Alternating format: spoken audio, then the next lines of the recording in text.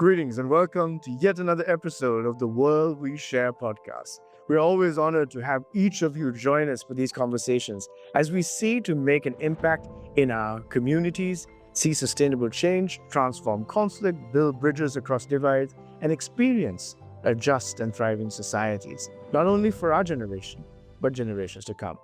Today, I'm extremely honored and privileged to have a conversation with Reverend Dr. Joel C. Hunter, who has been an incredible inspiration to my life and the lives of many others throughout his life of service, his commitment to his community, and his willingness to remain bold and courageous despite the circumstances, consistently serving at such a high level. Dr. Joel, thank you for joining us. It's a privilege to welcome you to the World We Share. I'm so honored to be with you, and it's always great to see you again, Prashan. Give my greetings to your father, Adrian, and your sister, Talini. I love your family. Thank you. That was very kind of you. And I absolutely have so much respect for you and Auntie Becky. I've known you for a good portion of my life, and we've been so inspired. But for those of you who may not know your journey, you have always been someone who has responded to the brokenness in society, whether it was during the civil rights movement or through the various seasons of your life. You have consistently stepped forward and said, I want to serve. I want to do something about this. How did that mindset, that worldview, and motivation to respond develop in your heart? How did you put it into practice over the years? Well, when I was a child, we were poor by U.S. standards, and I grew up in a very sheltered, very homogeneous community, all white. There were no other religions in our town, but my mother was a person who loved to learn from different people, different traditions. She often said that if you're not talking with someone different than you are, you're not learning anything. And so when I graduated from high school and I went to university, I immediately got involved in the civil rights movement because my mother had always had a heart for vulnerable communities, especially those people who were treated with racism and who were treated with various forms of prejudice and bias. And so to honor her and to expand my own understanding and my own sense of service into the world, I joined the civil rights movement immediately, my first year in university, and went on to do several kinds of marches and steps toward trying to gain equal law and equal cultural values in our own country. And when Martin Luther King Jr. was assassinated, it was my sophomore year in college. I came to a crisis of faith, and that's when I fully dedicated my life to, in our faith, Jesus Christ, and to follow in his steps. And he always had the vulnerable on his heart as well. And so that's kind of how I developed this sense of always wanting to include those who weren't yet being included, and always wanted to make peace and make understanding between groups that usually didn't talk with one another. And so I got it at a very early age. As an 18-year-old influenced by your mother, you began looking at the world through a different lens from perhaps many of your peers and colleagues. And you felt that you needed to serve. But I'm sure there was resistance. As an 18-year-old, you went to college and decided to speak up about issues that were not always popular. Perhaps you were seen as someone who was betraying your own community or meddling in matters that were not your business. I'm sure you heard some of that growing up. If you did, how do you deal with that? This is something that many young people say today. I receive a lot of pushback. It becomes overwhelming. I do not know how to persevere. And sometimes in the moment, I do not know whether I am doing the right thing. How would you respond to them right now? How would you encourage them? Well, ironically, I've always, yes, you're right. I've always encountered resistance and sometimes outright hostility, even from members of my own congregation. I've been a pastor for 56 years because power groups kind of protect their own. Institutions tend to be very insular. And so whatever connections I had, there was always pushback. But I saw that pushback as a validation of what I was doing, because the simple law of physics is also true in social and religious arenas. For every action, there's an equal and opposite reaction. So therefore, I knew if I weren't getting any pushback, then I wasn't doing much. And so I took that. Yes, it hurt sometimes because people I respected, I wanted to have their approval. But beyond that, I wanted even more to have respect for and serve those who were not respected. And so, ironically, it worked just the opposite of how it usually works with people. The more resistance I got, the more encouraged I was, because I knew I was on the right track, and I knew I was making a difference. Another thing my mother taught me was kind of, if you're not living on the edge, you're taking up too much space. There was always this part of her that kind of pushed the envelope, and so again, I of course encountered resistance and hostility, but I didn't take that as discouragement. I took that as, you're on the right track, you're making a difference. Just keep on keeping on. Thank you. That's amazing. And I think it's very important mindset for anyone who is currently in the trenches, feeling overwhelmed. Use that resistance as fuel for the fire to keep engaging. You spoke about engaging across divide. You were born into a community predominantly made up of people who looked like you, spoke like you, worshiped like you. You could have remained comfortable within your environment. Perhaps you would still have held the values of wanting everyone to experience equal opportunities and justice while remaining safely within your own comfort zone. But you decided, no, I have to go beyond this.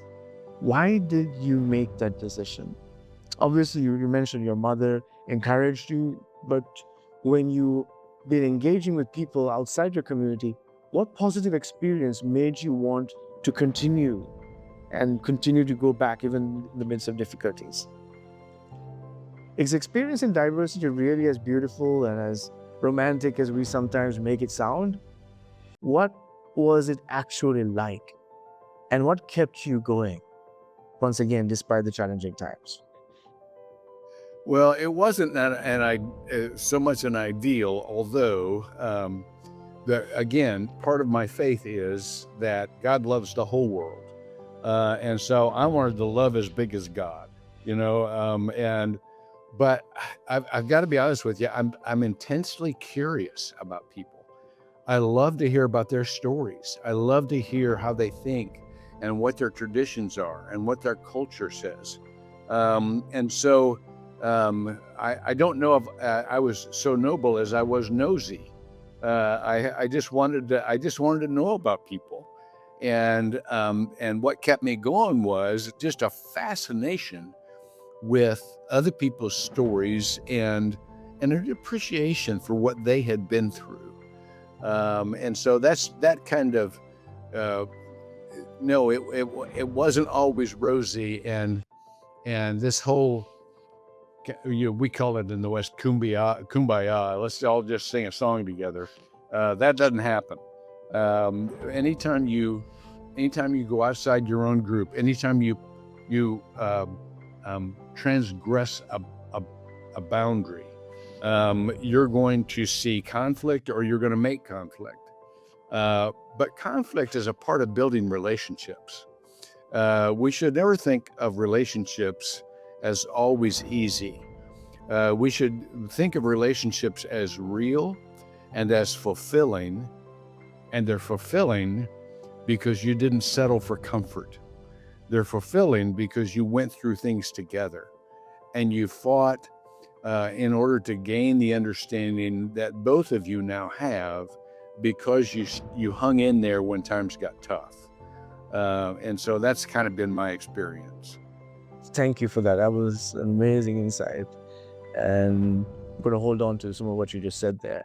But over the years, as you have tried to engage, what have been some moments when you decided, we're going to persist, we're going to continue engaging, we believe things can become better, and we're not going to accept the status quo? Could you share some examples from your younger years, and perhaps even more recently, when persistence paid off despite the overwhelming odds? What were some of those moments that gave you the motivation to keep going and reminded you that this work was all worth it? Well, let me start off with when I was a kid, when I was in high school. I know you have many young people who are part of your movement that are into sports. And I was very much into sports. I was into American football. And we had this coach, and we were a pitiful team. I mean, we were tiny. We were all white. We were slow. We were polite. Back in that day, our coach taught us we needed to be polite to the other team. And so we didn't try to share but in my senior year, we were undefeated. And that was because of two things. First of all, our coach told us that we only win when we work together. And so we did whatever we had to do to to overcome anything personal animosity, any irritation with each other. Of course we had that, but we were a team. And so we would put that aside in order to work together to this larger goal. And the second thing was, there was this perseverance. I mean, our coach always said, you've got to be more resilient. You've got to want it more than the other guys do. You've got to never quit, no matter how far you're down. And we had that pounded into us. And so that resulted in this little old team from this little old town. We were undefeated and ranked 9th in our state before there were categories according to school size, because we had that coach and because we were taught to work together and to never give up. That carried then into my work in the civil rights movement. That carried my work into different community issues. And no matter how much resistance we had, we just didn't give up. There were times when, even more recently, people with whom I don't agree theologically, and in my particular faith realm, we were taught that they were outside the traditional morality that we were always taught. But I'm talking about the LGBTQ community. And when we had that massacre in Orlando 10 years ago now, I realized that in my congregation was 20,000 at that time, and I didn't have one call from the LGBTQ community asking for support. And I realized I had no relationships in that community.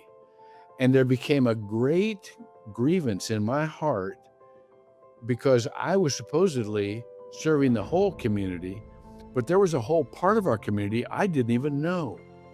And so I went to a pastor, a gay pastor, and I said, look, I can't solve the whole, religious thing. I can't solve the whole, but I need you to be my friend.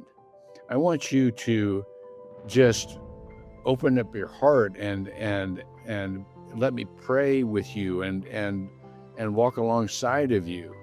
And that there was a huge blowback in my congregation for that. But yet that was the right thing to do. And I knew it was the right thing to do. Because again, God loves big, and this wasn't about a battle over theology. This was about basic human decency. And so that was another thing. And then when I got involved in some of the larger aspects of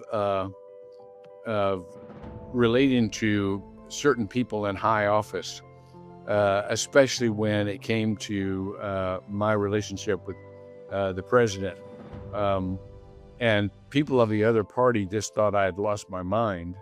And several, again, when I said the prayer at the Democratic National Convention in 2008, we had lots of people walk out because they had political differences. And I thought I was hurt.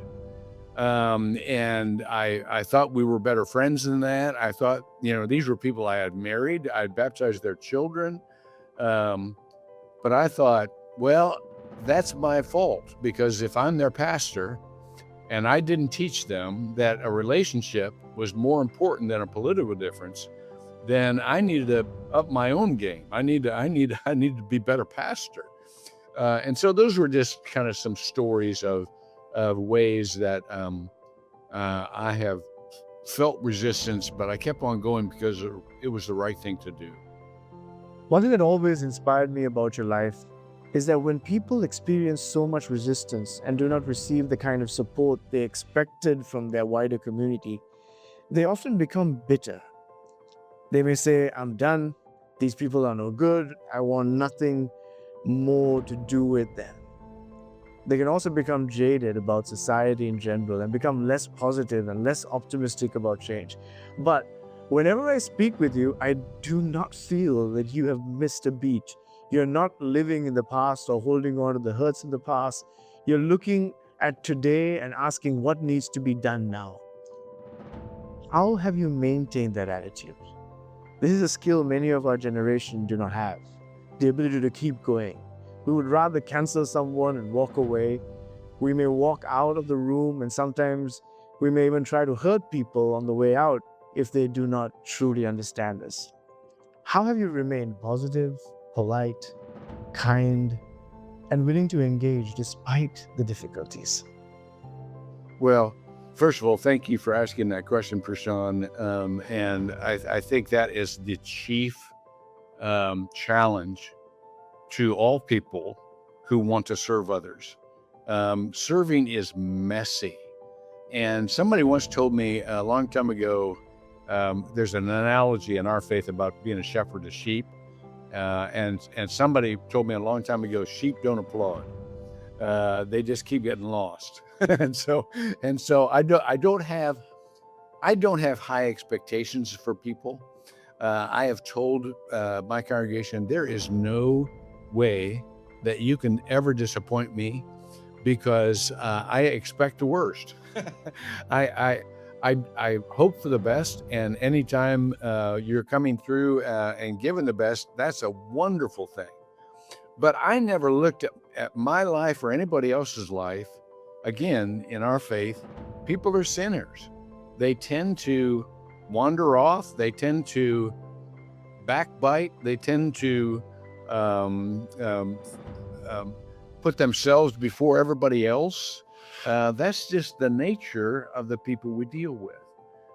But the way that I have kept my optimism, and I do, I'm tremendously, I love getting up every day. I look forward to every day. And as much as I don't expect from people, I have pleasant surprises every day of the people who are really trying hard to make the world better. And they encourage me every day to watch them. Um, but two things really help. First of all, I'm a person of faith and I trust God. In my faith, it says all things work together for good to those who love God and are called according to his purpose. And so I realize this from long experience. I'm 78 years old now, and I've seen this happen again and again and again. Those times you think are the worst times in the world, many times turn out to be the best turn of circumstances, and they turn out for the best. It looks like your life was ruined, but somehow that was a turning point where you developed in maturity, you developed in care, you developed in your ability to serve others. And so I look at every circumstance as an improvement. The other thing is, I am married to this wonderful woman, your Aunt Becky, and she is the most encouraging person on the face of the earth. She just encourages me every day. And so out of that, I have surrounded myself with a couple other people along the way that just make me want to go on, make me want to be better, make me not give up. Of course, it occurs to me at times, that's it, I'm done. That thought occurs to me, but it doesn't stay around for very long, because I've taken times to intentionally surround myself with some people who are a constant inspiration, a constant encouragement, and kind of patch me up and send me back into the game. And so relationships are very important as well. Once again, that's brilliant advice, and I'm sure many of our young people will embrace it. I hope our young people and all of us are taking notes, because you have served for multiple decades with well over 50 years of commitment and service, and you're still here. You're not hanging up your boots and saying, I'm done. It was a good journey and we gave it our best. Instead, you continue to say, this is how we're going to keep serving. One thing that has always inspired me is that, if I'm not mistaken, when President Obama approached you to serve as a spiritual advisor and offer counsel to him, you were a registered Republican. Politically, you had a particular leaning, but the theme of building bridges and connecting people, which had shaped your life from a young age, was awakened once again. You were able to say, of course, I'll serve. My country and its people are more important than my political leanings. That seems almost unheard of today, even more so than it was then. But even at that time, it was not an easy decision. So how did you persevere through that kind of situation? How do you encourage the next generation to develop that same mindset? We need that mindset today more than ever before. We need people who are willing to put country before self, the greater good before their own preferences, and genuinely work for the common good. Based on that fact, you did this repeatedly. How do we encourage this mindset in the hearts of a new generation? Well, first of all, President Obama has always been, he has this philosophy that he assembles people who are different than he is. Just as I started, he's got this team of rivals kind of thing, which said to him, I need a conservative Republican. Was not his main group, you know. So when he asked me, I think that was a stretch for him as well. He probably got some push back on his side. And you're right, I had been a Republican for card-carrying Republican for 40 years. And so as we developed this relationship, and I love the man from the very start. He's one of the most gracious, one of the most humble, hilarious sense of humor, just wonderful man.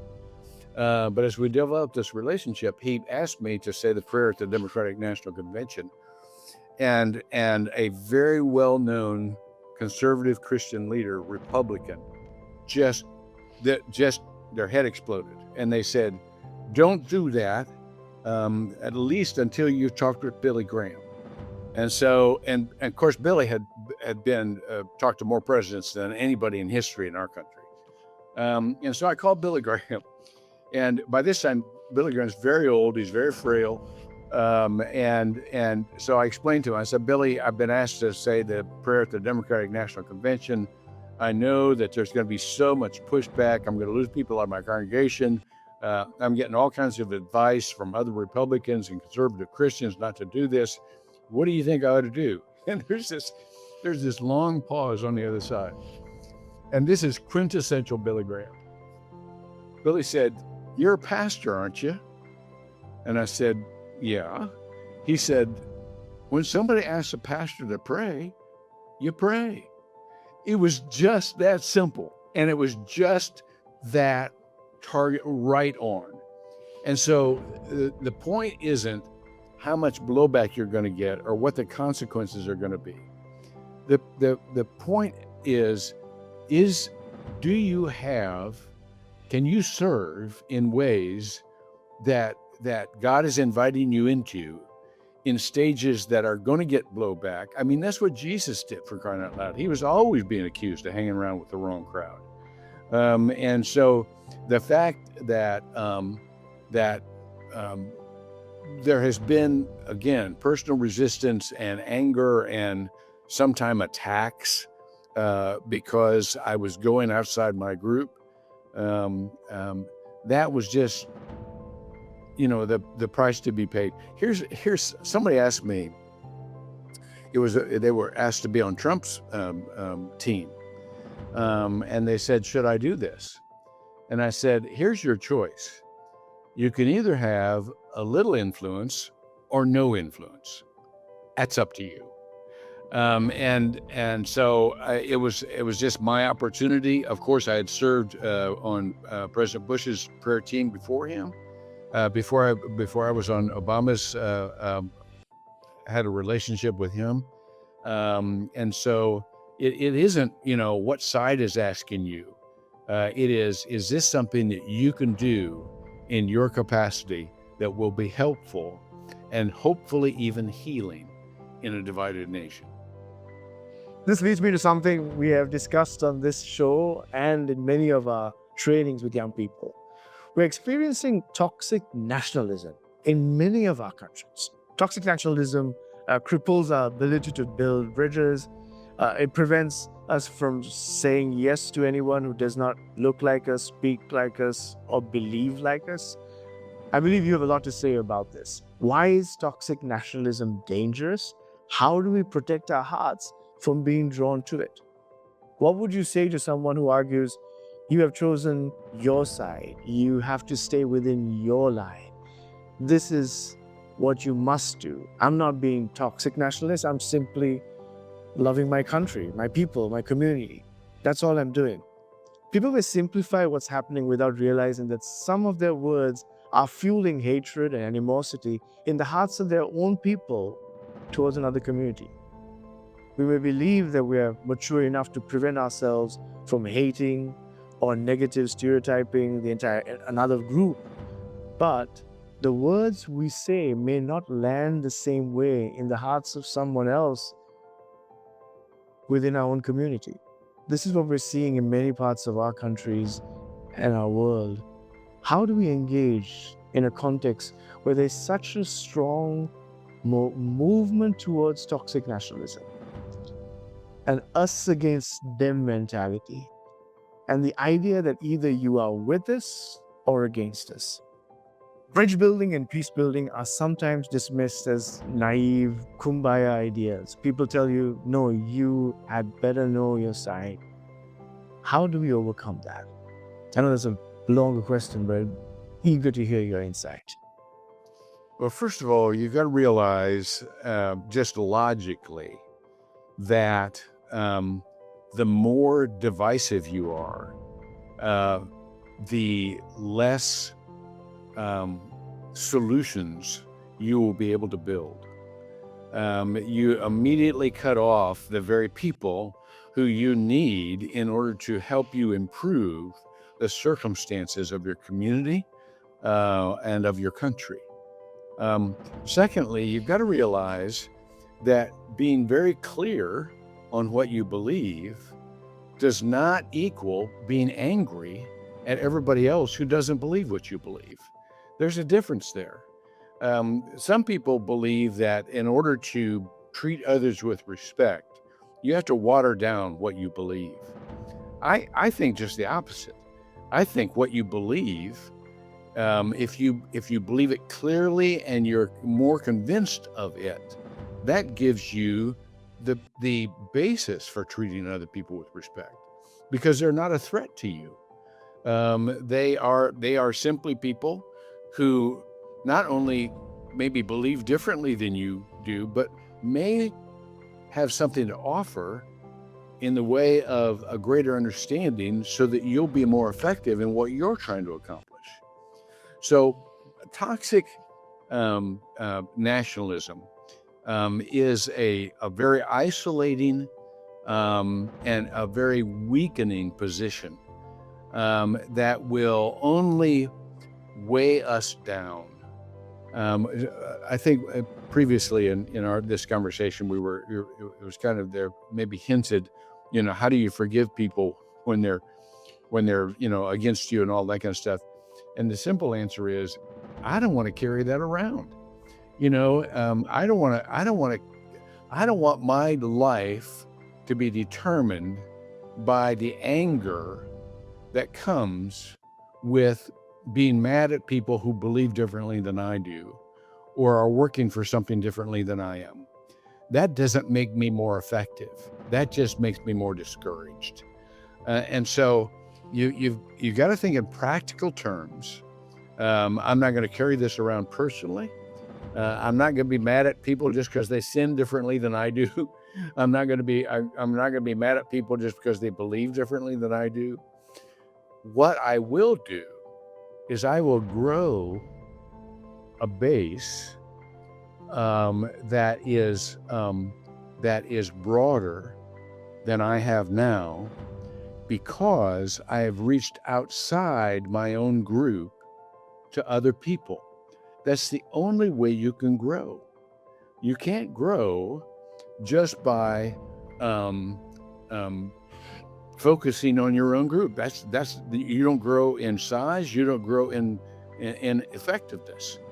That you've got to go outside your own group in order to grow, and in order to do that, you have to treat people with enough respect in order for them to say, I kind of want to align myself with this person because he's treated me right.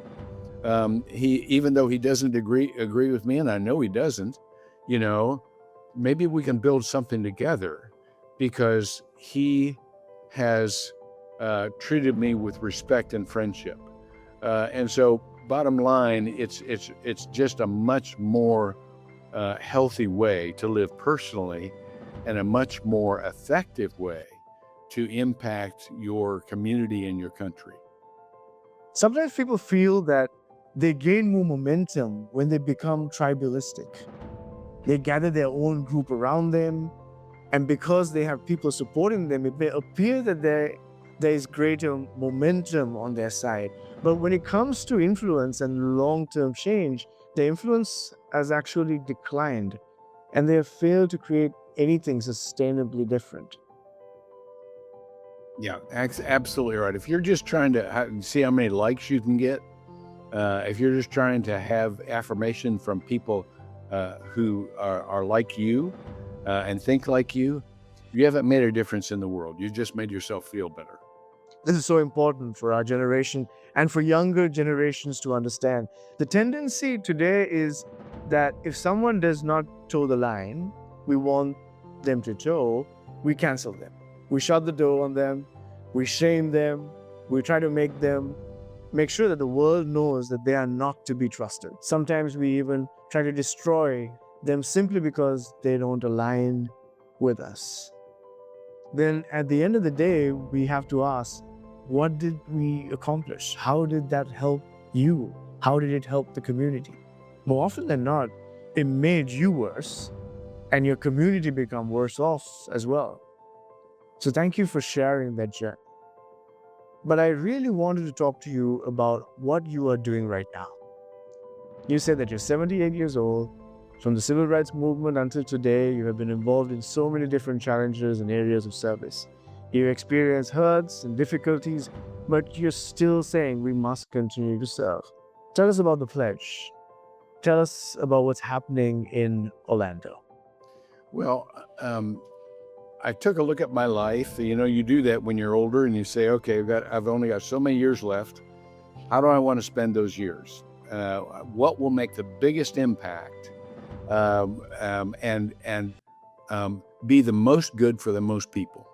And when I saw, and I've been very active globally, I've been very active nationally, and so I know it's wonderful to know global leaders and national leaders, and it's very good for the ego. But when it comes to really making a difference, this whole love your neighbor thing is the thing that's going to make the difference. And so the Central Florida Pledge is hyper local, and we're not trying to solve the Middle East. We're not trying to solve our national challenges and divisions. We're not even trying to solve what's going on in our state. We realize that we have the highest likelihood of actually making a difference in people's lives when we focus on local issues, when we protect local people who may be being attacked for who they are or what they believe, when we build a culture of treating people with respect, especially those with whom we disagree. And the logic behind this is this: when you can get the leaders from every sector of your community to want to build that kind of community, chances are you're going to be more effective because you're not trying to solve everybody else's problem that you have no relationship to. These are people you see every day in the grocery store. These are people who you sit in the stands with at athletic events.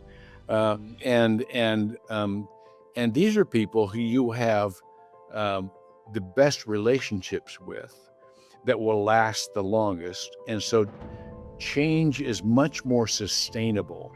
It doesn't change just with a change of administrations or with a political system. It doesn't change just because the economy goes up or down. No, you live with these same people every day. And you serve them no matter, through good times and bad. So that's what I wanted to spend the rest of my life on. And a couple of weeks ago when I was with President Obama, he said, "Tell me what you're doing now." And I said, "I'm doing what you're doing," because he trains young leaders to go back to their communities. I said, "I'm doing in my community what you're doing nationally and internationally. I'm just trying to do good in my community." And so that's kind of where I've ended up, and we're having just a most wonderful results.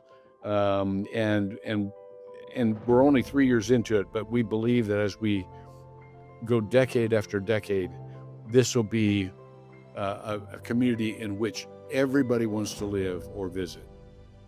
I genuinely believe what you're doing in Orlando can be replicated in many other cities and communities, and I would love to hear more about it. Exactly. Well, and when it was funny because when I was praying, giving the invocation at Obama's Presidential Center, um, there were um, four former U.S. presidents and their spouses on that stage. And as I led them in prayer, I thought to myself, and this is our 250th anniversary in this country, and I was very aware, and I thought to myself, at the origins of this country, we did not depend on a strong federal government. We did not depend on a strong state government. We depended on healthy communities, on neighbors serving neighbors and standing with neighbors. That's how this country was built. And that's how our faith was built, just by people serving each other and serving others in the community who weren't even of that faith. And so that makes a lot of sense to me that the next 250 would concentrate on the same methodology that the first 250 grew from. And so that's what I'm doing. That's fascinating. If I remember correctly, more than 5,000 people in your community have come together and made a pledge to stand up for one another, care for one another, create a safe community for everyone, regardless of religion, race, or background. In the midst of growing polarization at a national level, it's incredibly inspirational to see your community doing that. And no one is saying in order to be part of this union or this pledge, we must throw away what we believe or abandon our values. We must change and become something that's comfortable for everyone else. Instead, people are saying we will come as we are, and we will remain committed to one another for who we are. I truly believe it's phenomenal and deeply inspiring. Thank you for that, and thank you for this opportunity. And I just want to say to any of you who are listening, who are a part of Global Unites, and you could not be doing a more important work than doing what you can with what you have where you are, because that kind of work is not only the most important and the most impactful you can be about, but it makes the longest term difference. I take it from an old guy who can look back and see what really made a difference. And what really made a difference was a young person who early on started to think about the good of others, not just in his group, but of all others, and did what they could in whatever humble way they were given to make the world a little bit better. And that, in the end, is the only thing that makes the world better in the long term. It's not legislation. Legislation is important, but it can be wiped out with the next Congress or the next government or the next, it's not cultural, changing the culture, because culture changes all the time. Nothing will ever replace just loving people for who they are, serving them with however you can, and doing it for their good and not your own prestige or honor or position. Popularity comes and goes. But love never fails. And it's in the end, it's the only thing that really will make things better. Martin Luther King Jr., one of our wonderful leaders and statesmen, once said, "Hate can't cast out hate. Only love can do that."